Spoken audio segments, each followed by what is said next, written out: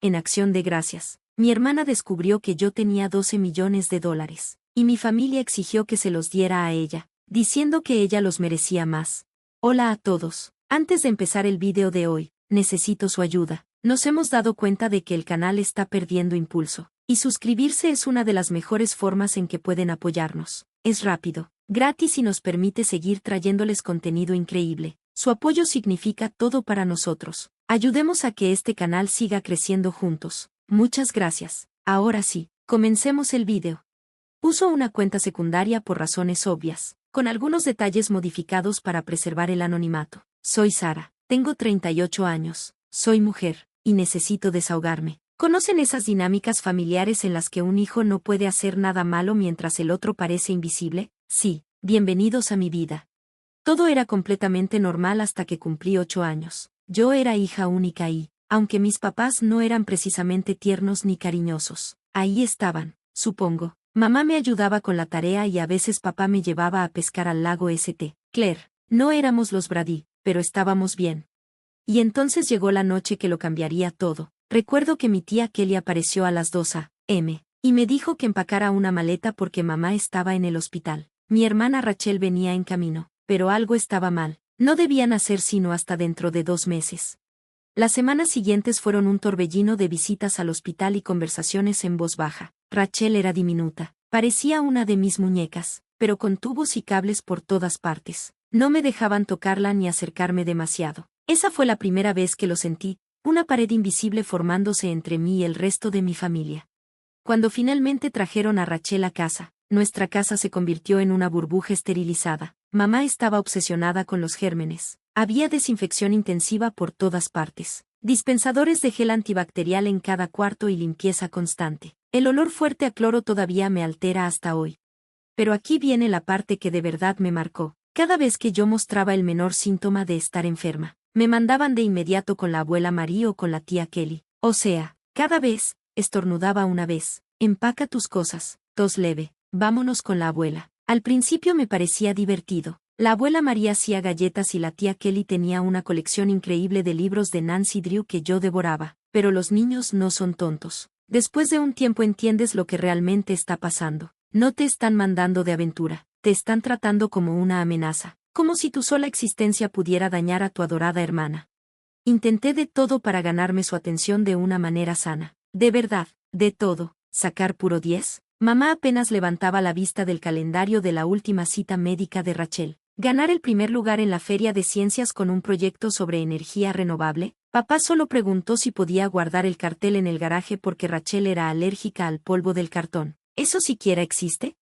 El verdadero golpe vino cuando tenía 12 años. Durante meses estuve practicando para el Festival de Talentos de la escuela, enseñándome sola a tocar Bridge Over Troubled Water en el piano. Ya sé, un poco obvio. Rachel tenía fiebre de 37,3 grados la noche del evento y adivinen quién no tuvo a nadie en el público. En cambio, 2 semanas después, toda la familia, incluidos ambos abuelos, asistió al recital de flauta de Rachel, de 15 minutos, donde básicamente destruyó Hot Cross Buns.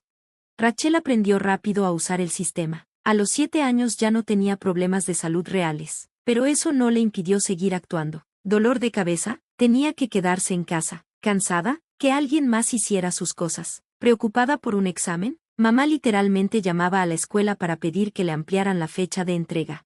Yo empecé a pasar cada vez más tiempo en mi cuarto, metida en libros de historia del arte y antigüedades. Qué irónico es a veces cómo termina la vida. Mi cuarto se volvió mi refugio, sobre todo porque Rachel decía que era alérgica a mi ambientador de lavanda, así que era el único lugar al que no se metía. ¿Saben qué era realmente lo malo? Que cuando ella fingía estar enferma, una parte de mí se sentía agradecida. Al menos me llevaban con la abuela Marie, donde alguien me preguntaba cómo me había ido el día o se interesaba por lo que yo hacía.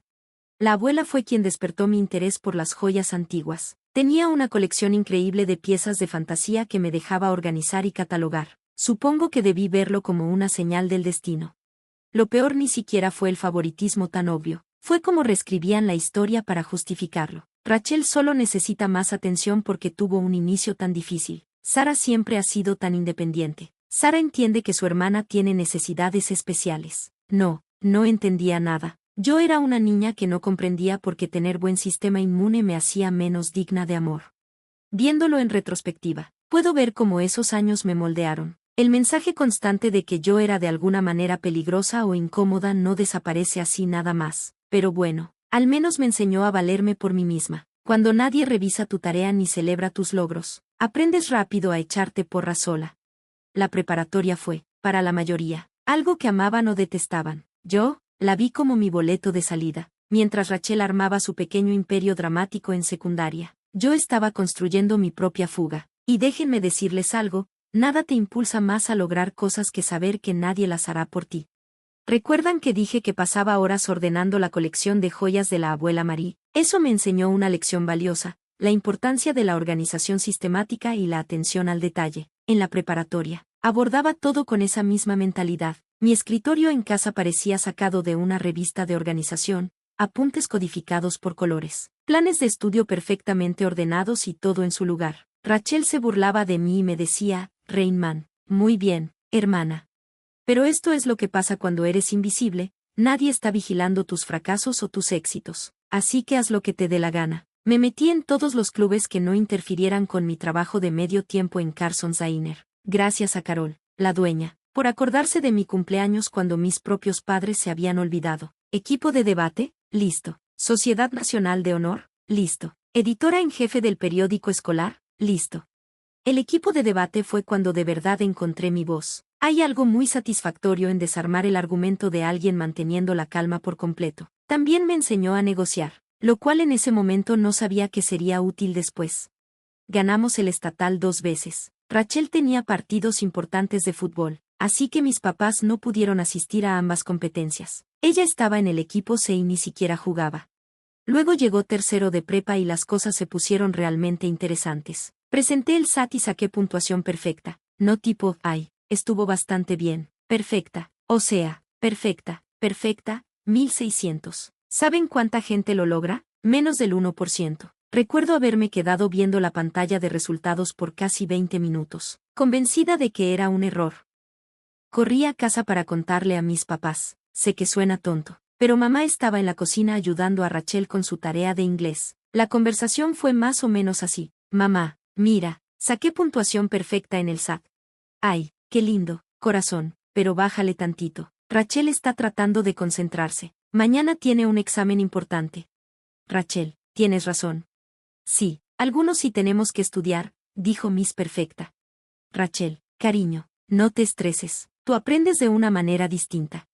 Todavía tengo por ahí la copia impresa de esos resultados. Nunca terminó pegada en el refrigerador, pero el CI de inglés de Rachel tuvo lugar de honor ahí, con todo y su imancito de, estamos tan orgullosos de ti.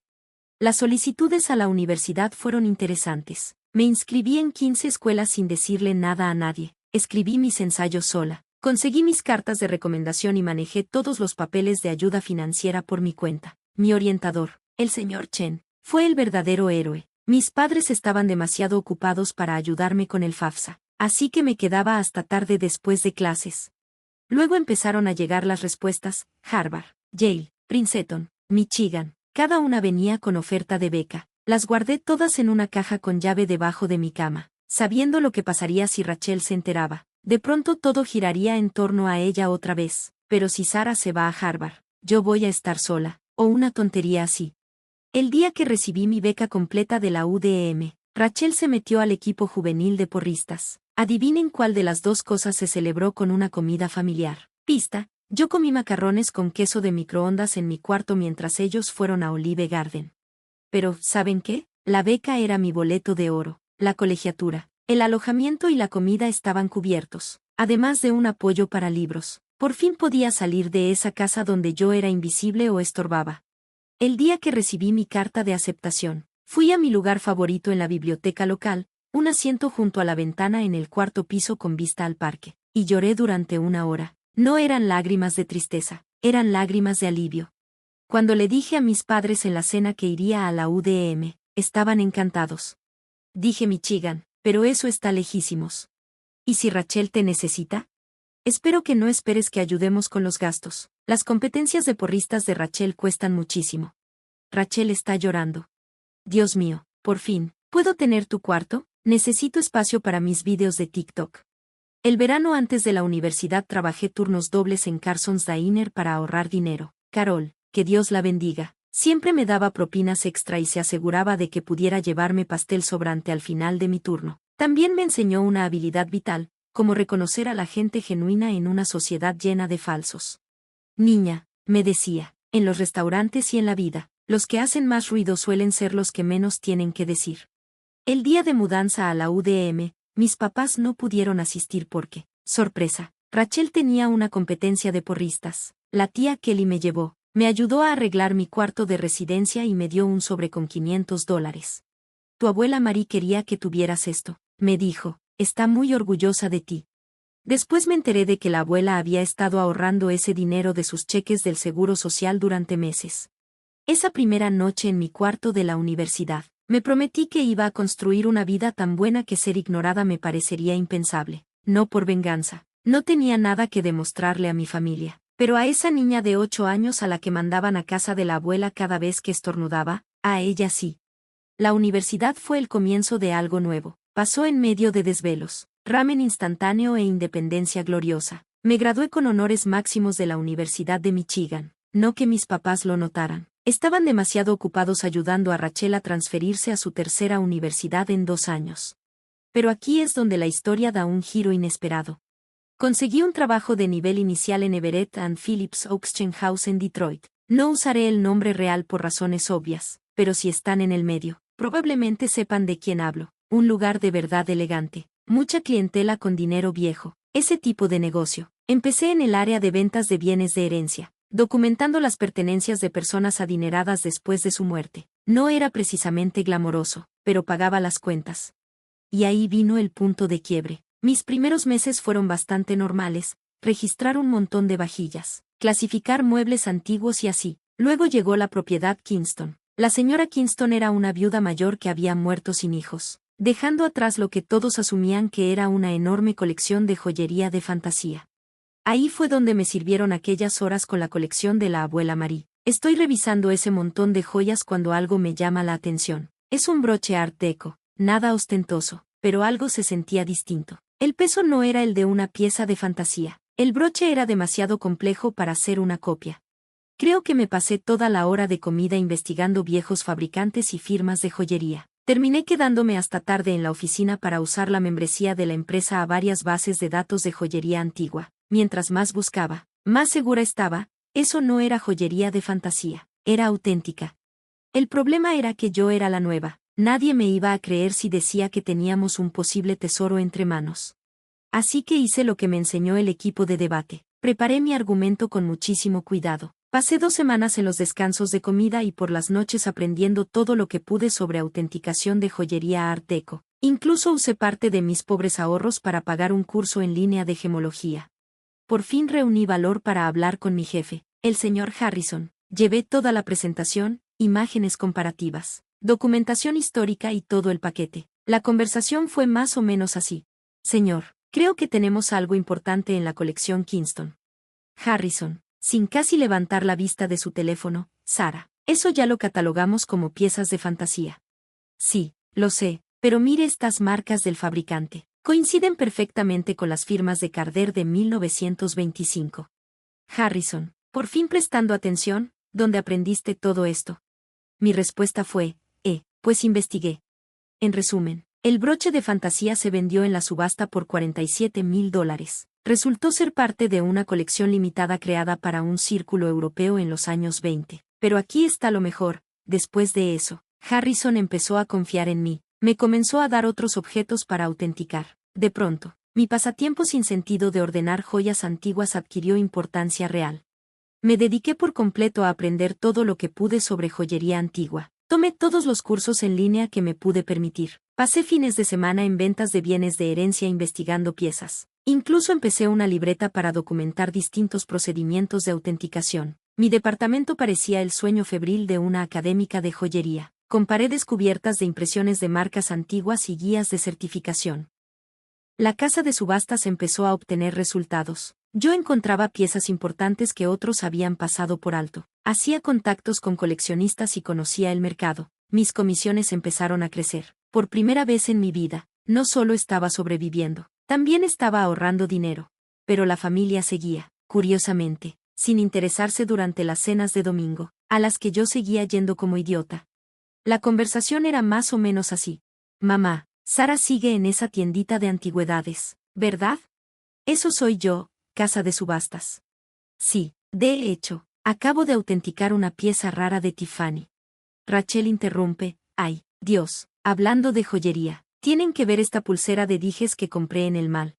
Pero ya no me importaba, por primera vez en mi vida, había encontrado algo totalmente mío, algo en lo que de verdad era buena, algo que no tenía nada que ver con ser la hermana de Rachel, la decepción de la familia.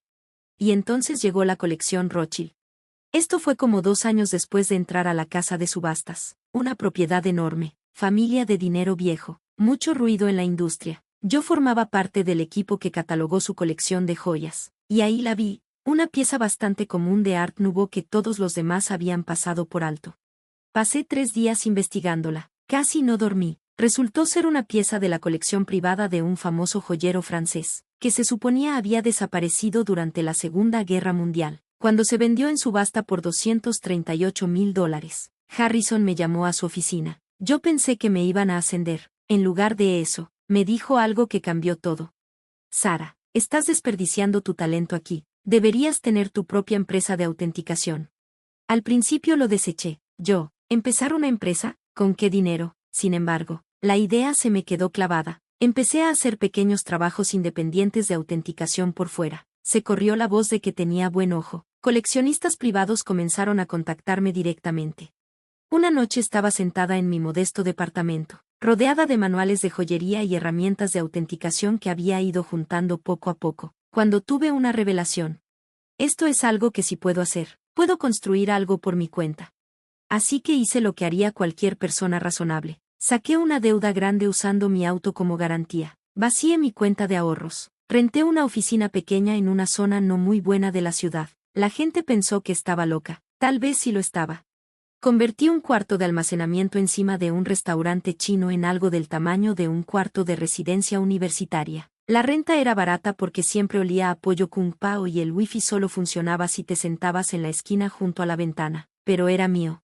La lucha. Los primeros meses fueron interesantes, y con eso quiero decir aterradores. Despertaba a las 4 a.m., empapada en sudor, calculando cuántos meses faltaban para que se me acabaran los ahorros. Los pagos del préstamo se sentían como una soga en el cuello. El mobiliario de mi oficina consistía en una mesa plegable que compré en Goodwill y una silla que literalmente encontré tirada en la calle. No se preocupen, la limpié a fondo.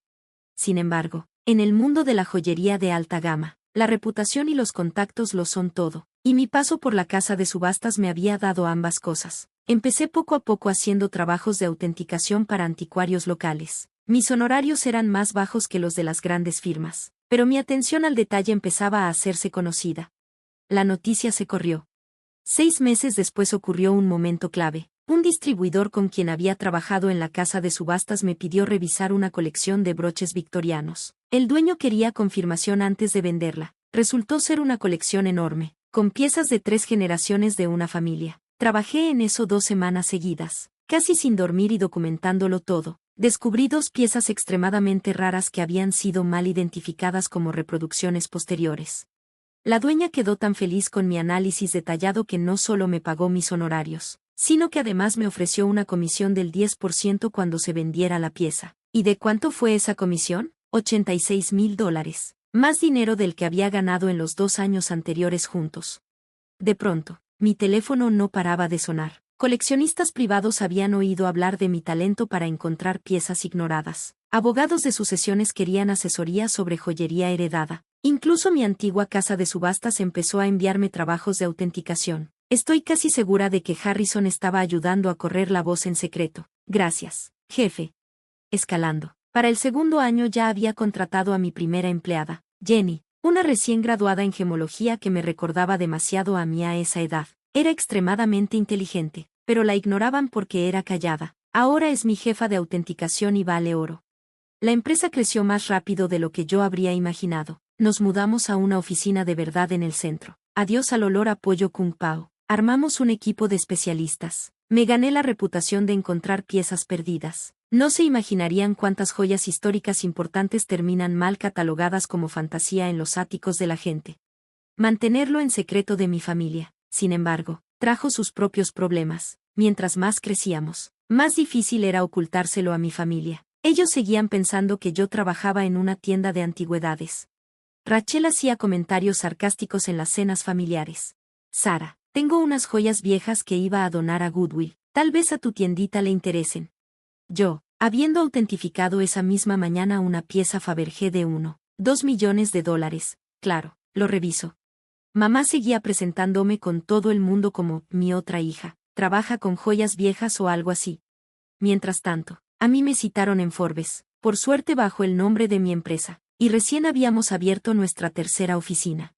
Lo raro, mantener el secreto se volvió casi divertido, como si fuera una broma privada conmigo misma. Me sentaba en la cena del domingo con mi ropa de tarjeta de descuento, en realidad Chanel, escuchando a Rachel hablar de su trabajo de marketing de nivel inicial, sabiendo que acababa de cerrar un trato por más que su salario anual. Incluso empecé a jugar pequeñas bromas conmigo misma, como llevar joyas auténticas de Harry Winston a las reuniones familiares y ver si alguien lo notaba. Nunca lo hacían. Rachel una vez pasó 20 minutos presumiendo su reloj Michael Kors de $200. Yo traía un Patek Philippe Vintage que costaba más que su coche.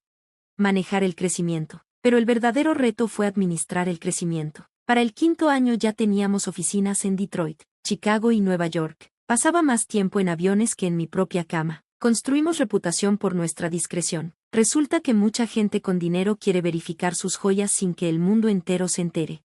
El dinero era enorme. Por ejemplo, tuvimos que contratar a todo un equipo de asesores financieros. Aún así, yo mantuve un estilo de vida relativamente modesto. Compré una casa bonita pero nada llamativa en una zona deseable. Conducía un coche de lujo, pero discreto. En lo único que de verdad me gasté algo grande fue en mi oficina en casa, equipo de autenticación avanzado, el mejor sistema de seguridad que se podía comprar y una bóveda hecha a medida para poner celoso al fuerte Knox. Lo irónico es que ellos pensaban que yo era ahorrativa por estar ayudándolos. Mamá decía cosas como, qué lindo de Sara ayudar. Seguro anda comiendo puro ramen para poder hacerlo. Mientras tanto, yo acababa de validar una colección que me dejó una comisión mayor que su hipoteca. ¿Saben qué es raro del éxito? Mientras más tienes, más difícil es explicárselo a quienes siempre te vieron como inferior. Es como explicarle el color a alguien que solo ha visto blanco y negro. Les falta el contexto necesario. Pero para entonces, mi empresa ya iba muy bien. Teníamos acaparado el mercado de autenticación de joyería fina del Medio Oeste, y nuestra reputación era de oro puro, literalmente.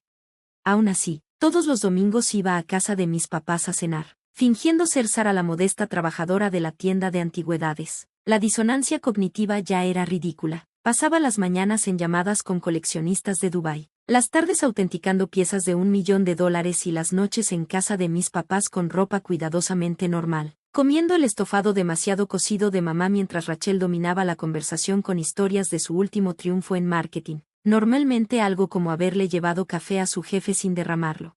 Un momento decisivo. Un domingo me quedó grabado para siempre. Acababa de cerrar una transacción enorme autenticando una pieza Cartier perdida que llevaba 40 años guardada en una caja de seguridad. La comisión, de 7 cifras. Conduje directo del encuentro a casa de mis papás, todavía eufórica por la autenticación exitosa. Sara, cariño, ¿todo bien? Tu ropa se ve un poco gastada. Ya sabes, tratando de ahorrar dinero, dije, usando un suéter de cashmere de $3.000 que había elegido a propósito por lo sutil que se veía. Rachel respondió, bueno, si hubieras conseguido un trabajo de verdad en lugar de jugar con joyas viejas. Papá, Rachel, compórtate, no todos pueden ser tan exitosos como tú. Casi me atraganto con el estofado tratando de no reírme. Las transferencias anónimas, los pagos mensuales a mis padres empezaron por esa época. La tía Kelly me contó que estaban batallando para pagar los préstamos escolares y los gastos médicos de Rachel. Mamá comentó casualmente que tal vez tendrían que vender la casa. Yo no podía permitir que eso pasara. A pesar de todo, seguía siendo la casa donde crecí. Así que empecé a hacerles una transferencia mensual anónima de $5.000. Cuando me preguntaron, dije que estaba dando 1.000 viviendo de arroz y frijoles. Ellos imaginaron que el resto venía de la tía Kelly o de otra persona de la familia. Rachel, por supuesto, se adjudicó el mérito de haber inspirado a la familia a ayudar. Viendo a Rachel gastar mi dinero, el dinero ayudaba, pero también trajo consecuencias inesperadas. Mis padres empezaron a tratarme con una extraña mezcla de lástima y orgullo condescendiente, como si yo fuera una especie de caso noble de pobreza sacrificándose por la familia. Mientras tanto, los gastos de Rachel se volvían cada vez más extravagantes. Llegaba a cenar con bolsas carísimas nuevas, diciendo que eran de outlet. No lo eran. Yo reconozco un Gucci auténtico a 20 pesos. Empezó a tomarse vacaciones de lujo y a presumir en Instagram su vida afortunada. Estoy muy segura de que usaba el dinero que yo mandaba para irse de compras, pero yo seguí en silencio. La ironía era deliciosa. El drama de la maestría. Luego vino el drama de la colegiatura. Rachel anunció que quería regresar a estudiar un MBA, en otra universidad privada, por supuesto, solo lo mejor para la niña consentida. Mamá me llamó llorando, explicando que no podían pagarlo. Le dije que quizá Rachel podía buscar opciones en escuelas públicas. También tienen buenos programas. Mi madre, ay, corazón, no entiendes. Tu hermana necesita mantener cierto nivel, pero ya que hablamos de ayudar, ¿podrías aumentar mi aportación mensual por unos años? La subí a $7,000 al mes. Mis cuentas ni lo sentían. Pero verlos felicitar a Rachel por tener la iniciativa con sus estudios mientras asumían que yo vivía de ramen para poder ayudarlos, eso sí dolía tantito. Lo verdaderamente fuerte fue que yo iba a dar una conferencia invitada en la misma escuela de negocios a la que Rachel quería entrar. Mi familia no sabía que el decano me había invitado personalmente a dar una charla sobre autenticación de bienes de lujo y crecimiento empresarial. Tuve que inventar una excusa para no ir a la cena del domingo esa semana. Mi propio logro empezó a sentirse como una vida aparte, como si yo fuera una especie de superhéroe corporativa con identidad secreta. De día, dirigía una empresa de autenticación de varios millones. De noche, bueno, los domingos en la noche, solo era Sara, la hija decepcionante que trabajaba en una tienda de antigüedades. El punto de quiebre. Acción de gracias. El peso de la mentira se hacía cada vez más grande. Rachel hacía comentarios groseros sobre mi carrera en repetidas ocasiones. Cada vez, mamá les pedía perdón a sus amigos por mi estilo de vida modesto. Cada vez, papá decía que debía conseguir un trabajo de verdad. Creo que siempre supe que terminaría mal. Solo no esperaba que explotara de forma tan espectacular en Acción de Gracias. Todo comenzó 2 semanas antes del festejo. Mamá llamó llorando por su dolor de espalda. Le habían diagnosticado una hernia de disco y la idea de cocinar la cena de Acción de Gracias para 20 invitados la tenía sobrepasada. Ahora, les diría que ofrecía ayudar por pura buena voluntad, pero en realidad ya estaba harta de fingir que el pavor reseco de mi mamá sabía rico. ¿Mi respuesta? ¿Por qué no me encargo de la comida este año? La puedo mandar a pedir. Ella contestó, ay, corazón, no podemos pagar un servicio de catering. Mi respuesta, no te preocupes por el costo, he estado ahorrando. Mamá, preocupada, no estarás pidiendo un préstamo, ¿verdad? Organicé todo con una empresa de catering de alto nivel que uso para eventos de negocios. Hacen un trabajo increíble, de esos que te hacen preguntarte por qué alguna vez te molestaste en cocinar tú. Me costó más de lo que mis padres pensaban que yo ganaba en 2 meses, pero bueno. Llegó la mañana de Acción de Gracias y yo me sentía bastante bien. Traía mi laptop conmigo porque necesitaba monitorear una subasta en línea importante en Hong Kong. Había a la venta un magnífico collar Art Nouveau, y yo tenía un cliente interesado en autenticarlo. Si ganaban la puja, el almuerzo llegaría a tiempo y todo estaría perfectamente listo. Rachel, claro, tenía que opinar. ¿Relleno comprado? ¿En serio, Sara? El de mamá es muchísimo mejor. Eso lo decía la misma chica que una vez hizo saltar la alarma de humo preparando pan tostado. Mamá se andaba disculpando con todos por no haber cocinado ella misma, pero se notaba que estaban disfrutando la comida. Rachel se quedó callada después de probar los coles de Bruselas con glaseado de maple, que por cierto costaban más por plato que su presupuesto semanal de súper.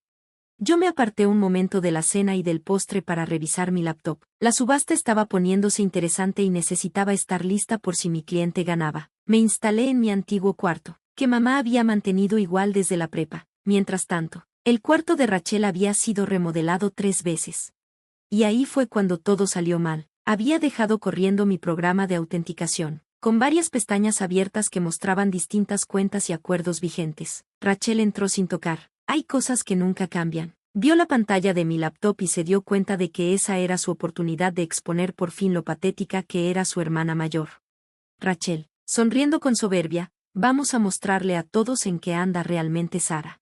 Antes de que pudiera detenerla, agarró mi laptop y caminó hacia el comedor. La gran revelación. Imaginen esto, 20 personas, entre tías, tíos, primos y mis padres, llenos de pavó gourmet y medio borrachos con vino caro, que confundieron con algo de Trader Joe's. Rachel pensó que había llegado el momento de mostrarles qué tipo de trabajo, importante, estaba haciendo Sara en Acción de Gracias. Volteó la laptop triunfante, aparentemente queriendo avergonzarme con cualquier pequeña transacción de antigüedades que supusiera que yo estaba revisando. El silencio en la habitación fue total, como si se pudiera oír el reloj elegante que le regalé a mamá en Navidad. Ella creyó que era una réplica.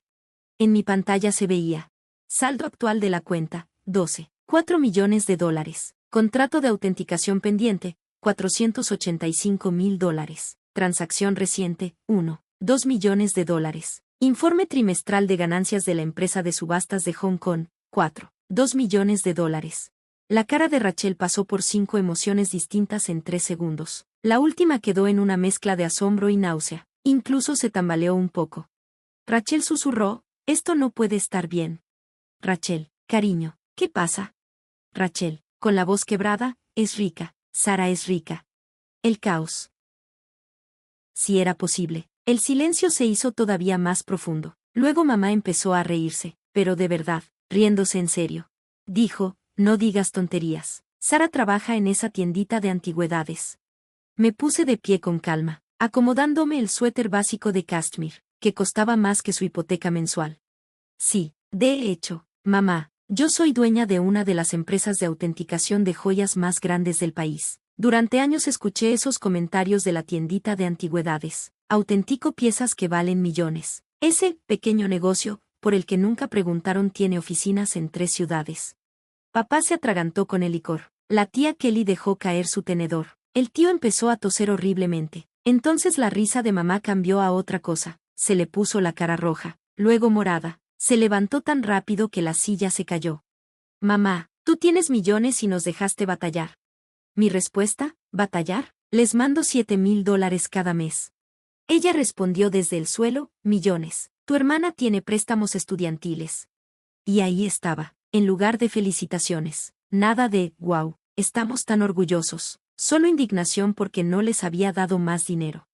Rachel empezó a llorar, sollozando que ella merecía saberlo y que yo había traicionado a la familia. Papá se sumó: hija, ¿cómo puedes ser tan egoísta? Somos tus padres, te criamos.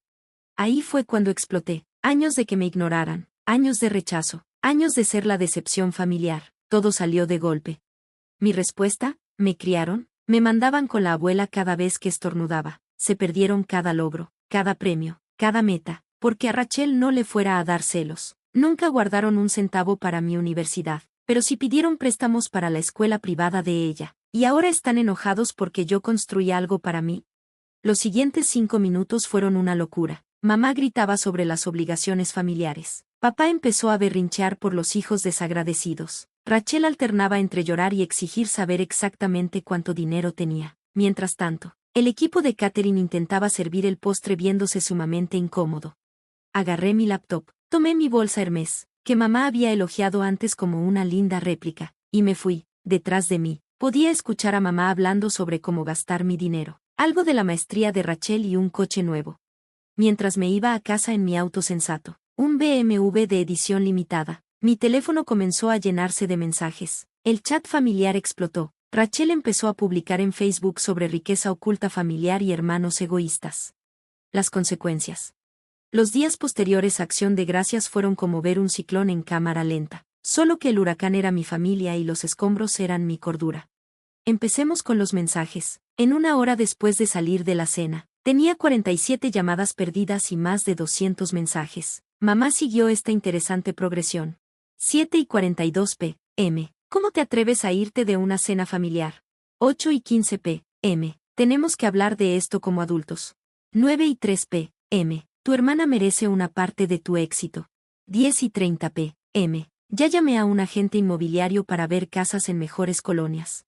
11:45 p.m. ¿Por qué no contestas? Soy tu madre. Mientras tanto, Rachel se convirtió en una peleadora de redes sociales de tiempo completo. Escribió una diatriba enorme en Facebook sobre cómo su hermana millonaria había estado ocultando riqueza mientras veía a su querida familia batallar. La sección de comentarios fue una locura. Primos lejanos y excompañeros de la preparatoria con los que no hablaba desde hacía años empezaron a opinar con fuerza sobre mi carácter moral. Pero esta parte fue la que más me pegó. Rachel en verdad publicó todos esos años que yo intenté ayudar a la carrera de Sara, dándole consejos sobre cómo salir adelante desde esa tiendita de antigüedades. Y resulta que en secreto era rica. La traición dolió tanto que casi aventé el teléfono por la ventana. El único consejo profesional que alguna vez me dio, yo te recomendaría vender joyería en Etsy. Si no conocen el término, los monitos voladores aparecen cuando familiares tóxicos mandan a otros a hacerte sentir culpa. La tía Susan, a quien veía quizá una vez cada 3 años, llamó para decirme que la familia es lo más importante. El tío Bob, que estoy casi segura de que sigue pensando que tengo 12 años, me mandó un correo larguísimo sobre la importancia de compartir la riqueza. Hasta la hermana de la esposa de mi primo tercero, ¿cómo consiguió mi número? Sintió la necesidad de opinar sobre la obligación familiar. Pero la verdadera diversión empezó cuando aparecieron en mi trabajo. Llegué el lunes por la mañana y encontré a mamá, papá y Rachel sentados en la recepción. Le dijeron a Jenny, mi recepcionista, que tenían una cita para servicios de autenticación. Rachel apretaba su bolso Michael Kors como si realmente valiera algo. La conversación salió más o menos como uno se imagina. Tu madre y yo lo hemos discutido en familia. Yo dije, ¿una discusión familiar sin el miembro de la familia del que están hablando? Mamá, ignorándome, y creemos que lo justo es que establezcas fondos fiduciarios para todos. Rachel intervino, yo necesito por lo menos $2 millones para empezar bien mi nueva vida. Papá dijo, y tu madre y yo queremos retirarnos. Estamos pensando en una casa de playa en Florida. Se les pasó la parte en la que les he estado mandando $7,000 al mes. Rachel respondió, eso no es nada comparado con lo que tienes, nos lo debes. Y yo pensando, ¿les debo qué exactamente? ¿Los años de ignorarme? ¿Las graduaciones que se perdieron? ¿Las comparaciones constantes? Mamá, no exageres, Sara, te lo dimos todo. Mi respuesta, no, yo me di todo a mí misma, y, ¿saben qué? Ya me harté. Ahí mismo. En el lobby de mi propia oficina, saqué mi teléfono y cancelé las transferencias mensuales a su cuenta. Mamá jadeó como si la hubiera abofeteado. Rachel empezó su actuación de llanto falso, pero la cortó rápido cuando vio que no funcionaba. Luego se puso feo, se negaron a irse, tuve que llamar a seguridad. Ver a mi madre de 60 años siendo sacada a la fuerza mientras gritaba sobre hijos desagradecidos fue surrealista. Jenny me preguntó si quería presentar cargos. Le dije que no, pero sí puse sus nombres en la lista de no admisión del edificio. El acoso duró semanas, nuevos números, correos falsos. Incluso intentaron contactarme a través del servicio al cliente de mi empresa. Al final tuve que emitir una notificación legal formal advirtiendo cargos por hostigamiento. Entonces mamá jugó su última carta, llamó a la abuela Marie. Pero aquí está el asunto con la abuela Marie, es más sabia que todos ellos juntos. Su respuesta, bien por Sara. Ya era hora de que alguien en esta familia triunfara por su cuenta. Mamá no le habló durante 2 meses después de eso. Han pasado 6 meses desde Acción de Gracias. Me mudé a una casa nueva con mejor seguridad. Cambié todos mis números. ¿Y la empresa? Vamos mejor que nunca. Resulta que mis problemas familiares atrajeron a varios clientes importantes que respetaron mi discreción en la situación. Rachel sigue publicando indirectas sobre riqueza tóxica y traición familiar, por lo que he oído. Está empezando su propia empresa de autenticación de joyas. Buena suerte con eso. Papá y mamá por fin dejaron de intentar contactarme cuando mi abogado les envió una carta oficial explicando cómo los cargos por acoso afectarían sus vidas. Ahora andan diciéndole a todo el mundo que nunca quisieron mi dinero de todos modos y que están rezando por mi salvación.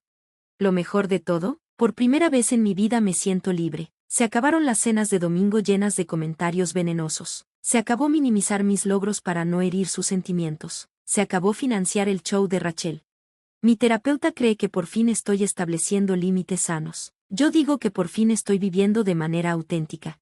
Así que esa es mi historia. Reddit, gracias por dejarme compartirla. Un agradecimiento especial a la empresa de catering que me mandó una tarjeta de Navidad diciendo que la cena de Acción de Gracias fue lo mejor de su año.